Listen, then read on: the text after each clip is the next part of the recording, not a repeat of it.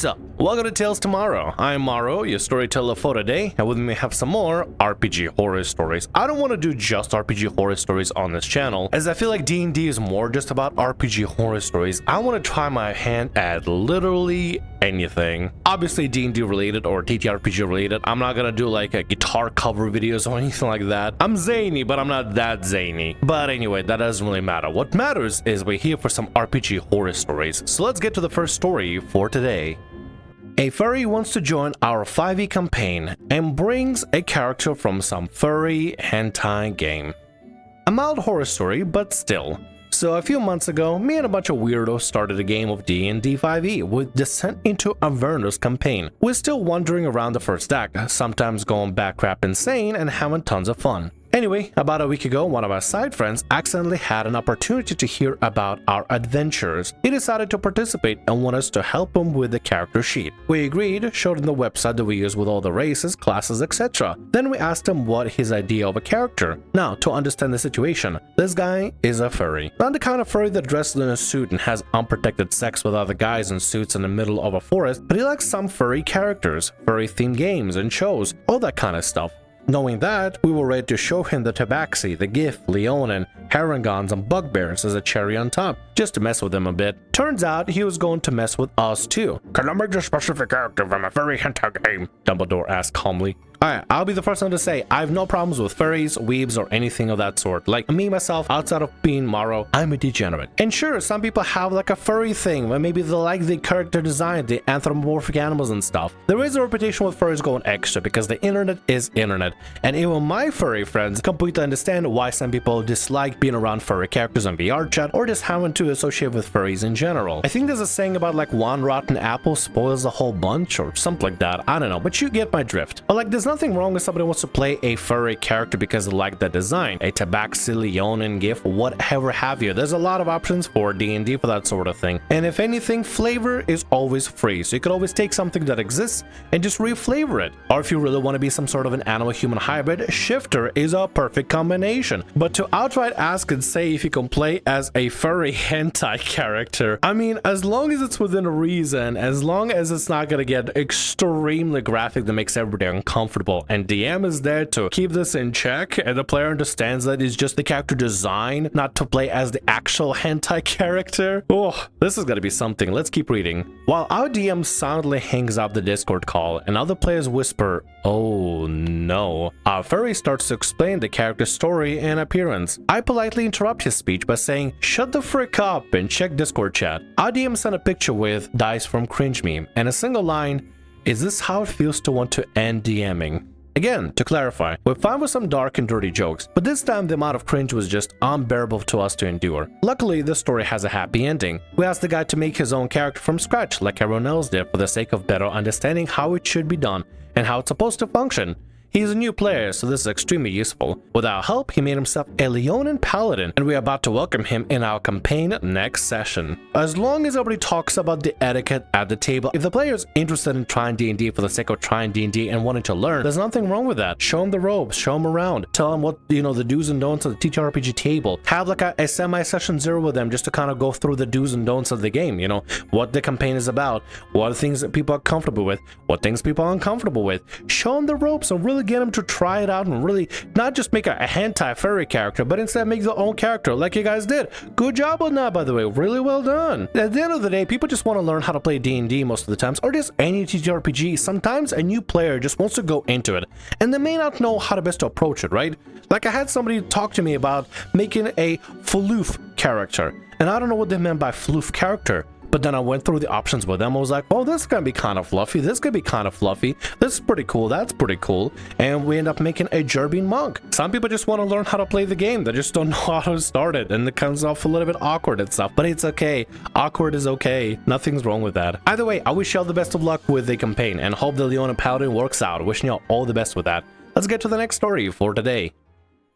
GM made minors act out a scene definitely not meant for minors. What the fuck is this story title? Jesus Christ. Ugh. Am I gonna regret put this up on YouTube? Maybe. Well, we'll see. This might be edited out. We'll see. Sorry for spelling mistakes. English is not my first language. I, 16 female at the time, and a friend, male, of me around the same age, had to act out the lead up to a fade to black while holding hands over the table and looking each other in the eyes while talking in first person. Wait, you guys had to act it out?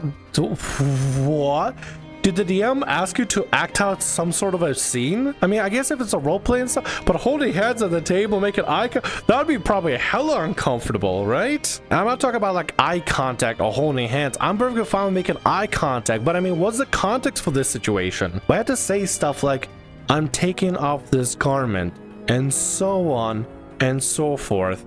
And when we try to do something else, the GM, male 60-ish, steamrolled the scene into what he wanted. Call the police. Call the police on a 60. It's a 60-year-old DM asking 16-year-olds to talk about removing their under. What kind of a fucked up thing were you playing? Jesus Christ, I hope somebody called the police. Holy shit. This was one of many instances of this. I played there from when I was 14 to 17, and I know about players that experienced stuff like they were as young as 10. There were sex scenes, essay, scenes of threats, and mentions of essay. Like, I'm pretty sure that none of my main campaign roles weren't either threatened with essay or just essayed. I'm gonna say something, and it sounds like, you know, I mean, maybe there's more context to this, but from the glance of this, it sounds like your 60-year-old DM is a big old PDF file format, if you know what I mean. What the fuck? We have told the youth club he operates out about this, but nothing really happened. We're not sure what can be done, like we all quit a couple of years ago. Edit, I spoke to my parents and we're gonna talk more to the youth club. I hope you can have more conversation because this is so fucked up. I'm glad you told your parents. I hope police get involved because this guy at a youth club, this fucking 6-year-old fucking pervert freak motherfucker is playing some sort of a sex game with 14 to 17-year-olds and even up to 10-year-olds, including sexual material. What the fuck? Number one punishment for people that do this sort of thing, I'll still stand by it, is castration. I hope the police get involved and I hope justice can be done for this because holy fuck, this is so fucked up. This is not okay. I wish you all the best and hope things turn out, and I hope justice is fucking delivered. Jesus fucking Christ. Absolutely fucking unbelievable. Hopefully the next story is a little bit more cringe rather than anything, instead of making my blood boil, because Jesus fucking Christ. Wishing OP the best. Hope everything goes well. Hope the talk gets productive and some sort of justice can be seen, and hopefully nobody ever has to deal with that fucking 60-year-old pervert again, because Jesus fucking Christ, this is awful. Right, let's get to the next story for today. Fetish's power crazy DM is affecting my real work life. Oh my god. Why am I finding all these posts about perverts? Okay, well hopefully it's not gonna be dealing with minors and stuff, because god, that fucking would send me up the wall, dude. The story started some years ago before the virus. So a guy at work, the GM, was an experienced GM and wanted to form a group to play after hours. Interest was low because the GM is a very try-hard, awkward person, and most people at the office avoid interacting with him out of the strict necessity. In the end, the only people interested were the ones who never played RPGs before, and 90% were women, myself included. He ran a medium-length D&D homebrew campaign that was mostly okay with some weird stuff here and there, but we're all inexperienced and everyone was willing to overlook things in favor of the game and social interaction. My husband is not a co-worker, but he knew the GM outside of work, and once quarantine and home office was a thing, he joined the group at the end of the first campaign and the start of the second. With my husband, there are 2 male players in the group, 3 males in total with the GM. The second campaign was the stuff of nightmares. It was a dark urban fantasy setting with fantasy races, mostly homebrewed. We later found out pretty much everything in the setting was taken from creepypasta and horror games, but the GM made it look like he had invented everything. My character was a nun, and her stats were focused on combat. The GM pretty much begged me to make her a werewolf. It was my original idea, but he was so excited I figured it would do no harm. And I was wrong about that. I later found out they changed all PCs to things he wanted, and all personal plots were thrown out of the window. On my end, the GM was heavily focused on implying that my character was not a real nun, So in almost every session, he tried to insert past relationships or imply that my character's church was fake. And every time I had to assert that she was serious about her calling and celibacy. Once the GM figured he wouldn't succeed in making previous relationships with his NPCs canon, he started focusing on trying to make my character break her vows. So every single NPC became romantically interested in my character out of nowhere. All interactions that NPCs have with my character had a lot of innuendo. Once again, I had to assert that she was not interested. Yeah, but this GM doesn't care because he's fully picking up what you're putting down, but he doesn't care for it at all. He only cares about what he wants to do, not what you want to do for your character. Unfortunately, you're stuck with a crap guy that really just wants to make things about himself instead of about what your character wants to do and what you want to do for your character. Big unfortunate situation, but honestly, I really wish somebody would have noticed it and called him out on this sort of thing. The GM even had private conversations with me about making my character have an affair with one of his NPCs. And once again, I had to assert that my character took her celibacy and her calling as a nun seriously. The result was that from then on, my character started being randomly harassed by all NPCs. So all the time, she was called things like Jesus' little hoe, Church's little bish, etc. In almost every session, my character was placed in random scenes of violence with NPCs with struggle snuggle heavily implied. Things got so bad, I was only player to demand entire plots be removed from the campaign more than once. And even after that, things remained so bad that my husband had to speak with the GM in private and say that if it continued, both of us would quit the campaign. Only after that, the heaviest stuff stopped, and my character was back to only being called the church's hoe. Why is this guy so obsessed about, oh, you know what, I already can see some things. He's probably want to have some sort of like a romantic plot created for a character because he finds your character hot, or maybe he has the hots for you and just really wants to have some sort of that roleplay intimacy or something like that. I don't know what the plot for this guy is. I don't know what his thinking is. I don't really want to know what he's thinking. I think it's gonna be something gross and icky. Though your husband did a really good job putting the foot down, because I think in this situation always need to put the foot down if you feel uncomfortable about something the DM is doing, especially if they're doing something repetitively again and again when they're being told no every single time, either in character or out of character. This guy just doesn't get the hint. It was only during the campaign we found out the GM was a die-hard furry. Oh, the werewolf thing makes sense now. I mean, not great, not good thing to know, but it all makes sense now. Remember how he practically begged me to make my character a werewolf? He commissioned furry, non-explicit artwork of my character without my knowledge. He commissioned art pieces for the other PCs as well to surprise us at the end of the campaign. I think it's important to say that the campaign was a miserable experience for all players, and all PCs were manipulated or misused in some way or another by the GM. There were a lot of hot anime characters making out, a lot of NPCs stealing everyone's thunder. It was a huge power trip on the GM side, but the heavy sex and abuse implied stuff here was particular to my character. At that point, I wanted absolutely nothing more to do with him. No social interaction at all. My husband still had the opinion the GM was still just an awkward, lonely, socially inept person who just needed to friend point him in a better way. My husband is a big, I can change him person. So for the remainder of the quarantine, my husband remained in a very toxic friendship with the guy. The GM even joined a new campaign as a player and still made things miserable for everyone. Only then my husband realized the guy was indeed terrible and stopped having social interactions with him. Good, sometimes people can be changed. People need to want to change if they want to change. And I get the whole thing of like, I can change your mentality. Sometimes it's just not gonna work if the person that you're trying to change does not want to change. And some people think they're in the right and they're gonna stick to whatever they're doing. They're gonna stick to the guns regarding what they're doing. Even if they're going the hell in the handbasket, they'll still stick to the guns just because they think they're right or because they think nothing is wrong. But I still need to coexist with the GM at work. I have as little contact with him there as possible and mostly try to behave as if he didn't exist. I also avoid all social interactions with him, and I'm pretty hostile towards him, which no one seems to notice because everybody's kind of rude with him anyways. But being all day in the same room as him stresses me out a lot. I usually turn my music all the way up when he's talking to someone in the room because I don't like hearing his voice.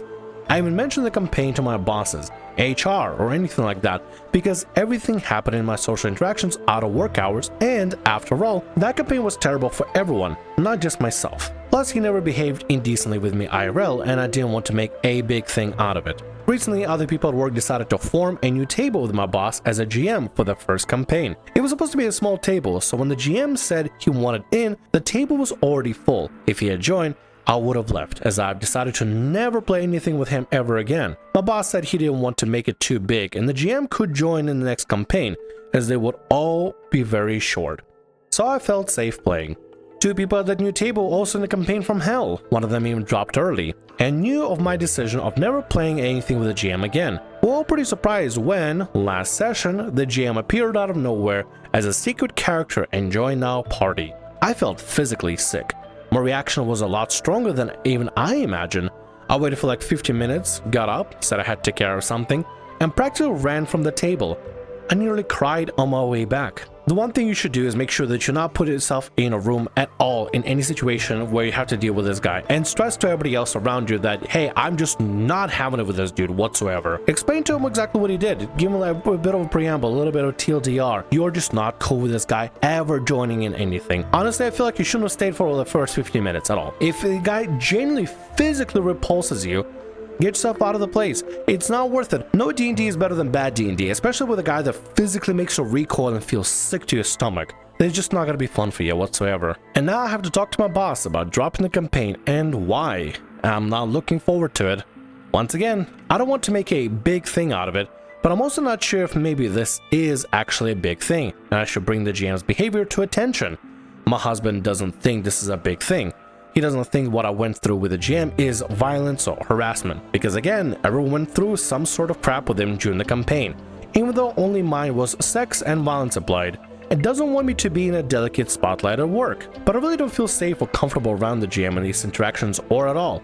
And I'm very sad that he ruined another campaign for me. If you feel like his behavior at the table could potentially be dangerous in general, you should still speak up about it. Because you know what's kind of weird about this whole thing? The fact that you were singled out with having to deal with all the sexual and aggressive and all the struggle snuggly kind of stuff. It's just really uncomfortable. I mean, I think anybody would feel uncomfortable. If I was in a campaign or just playing a game with anybody and there was a huge implication about overtly like aggressively sexual things that weren't like consensual, yeah, I'll feel very uncomfortable and I want to tell people about it because like, God, this is just not the kind of thing that I want to deal with. Now, I don't know if that's going to have any effect with HR or your boss or anything, but I feel like still, you should still share this sort of thing regardless. Find a group outside of your work which you can play that has nothing to do with your boss or that guy or anything like that, and find a brand new clean slate. Your time is best doing anything at all than being stuck in this horrible position where you just have to have a crap D&D situation because of this, the GM character. No D&D is better than bad D&D, and your time is better spent looking for other groups that are going to be way more fun or literally doing anything else in the world than dealing with this situation. OP, I wish you the best. I hope you can find some sort of way to do this, and maybe somebody will listen at your work and really listen and saying, okay, this guy's kind of a problem. I wish you the very best. And with that, that's going to be all our stories for today. I want to thank you very much for watching, and thanks so much for being here. If you like what I do, consider subscribing to the channel and leaving a like. Also, if the RPG Horror Stories ever goes down, or if you want to submit your own personalized horror story, email is down in the description below. I'll see you again in more Tales tomorrow. Bye-bye.